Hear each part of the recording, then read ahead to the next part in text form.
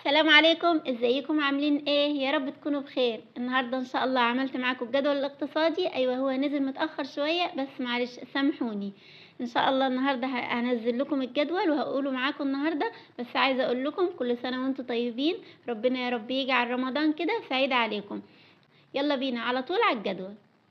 يوم 1 رمضان هيبقى مكرونة بالبشاميل بالخضار وشوربة لسان عصفور وسلطة. يعني ايه مكرونة بالبشاميل بالخضار؟ يعني مكرونة بالبشاميل اللي بتعمليها عادي خالص وبتحشيها من جوه خضار، طماطم وبصل والكلام ده. تمام.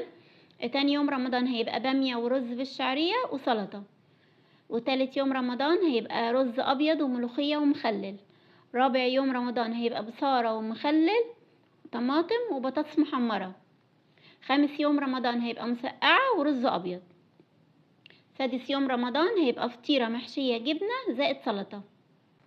سابع يوم رمضان هيبقى عجة وبطاطس محمرة ومخلل بتنجان. تمام.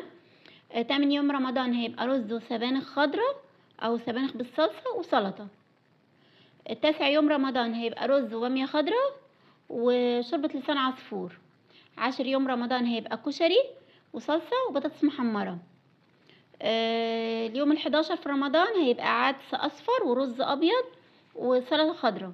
تمام. اليوم ال12 في رمضان هيبقى بتنجان بانيه متحمر، يعني بانيه وبطاطس مسلوقة وبيض. اليوم ال13 في رمضان هيبقى فول وبتنجان وبطاطس محمرة ومخلل. تمام. اليوم ال14 هيبقى بسلة بالصلصة ورز بالشعرية.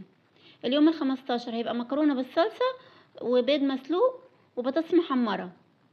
اليوم ال16 هيبقى لسان عصفور وكبد وقوانص ورز، يعني لو عايزة جنبها رز. تمام.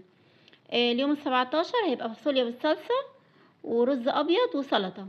اليوم ال18 هيبقى كشري أصفر وبيض مسلوق ومخلل طماطم. اليوم ال19 هيبقى صينية بتنجان وبالخضار والجبنة الموتزاريلا. تمام. اليوم ال20 هيبقى بطاطس مسلوقة وفلفل محمر وفول وجبنة. اليوم ال21 هيبقى صينية بطاطس بالصلصة ورز وسلطة. اليوم ال22 هيبقى قوالب بتنجان. هنجيب بتنجان وهنعمله زي القوالب كده هو والبطاطس وهنحشيه جبنة موتزاريلا وخضار. تمام. زائد رز زائد سلطة. اليوم ال23 بقى هيبقى صينية بامية بالصلصة ورز ومخلل أو سلطة. اليوم ال24 هيبقى سمبوسك محشية جبنة وسلطة طحينة وبطاطس. تمام. اليوم ال25 هيبقى عدس اسود ومخلل طماطم وبطاطس محمر. اليوم ال26 هيبقى جلاش محشي جبنة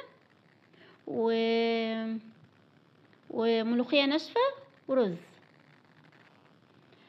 اليوم ال27 هيبقى لوبيا بالصلصة ورز أبيض وسلطة خضراء. تمام. اليوم ال28 هيبقى كوسة بالصلصة ورز وملوخية وسلطة. اليوم ال29 هيبقى قرنبيط بطاطس محمر ومخلل. اليوم ال30 بقى هيبقى محشي كرنب ومحشي كرنب ومحشي فلفل ومحشي كوسة وجنبهم ملوخية او صينية بطاطس زي ما تحبي. طبعا انا هنا اديتكم هنا الفطار بتاع الاقتصادي.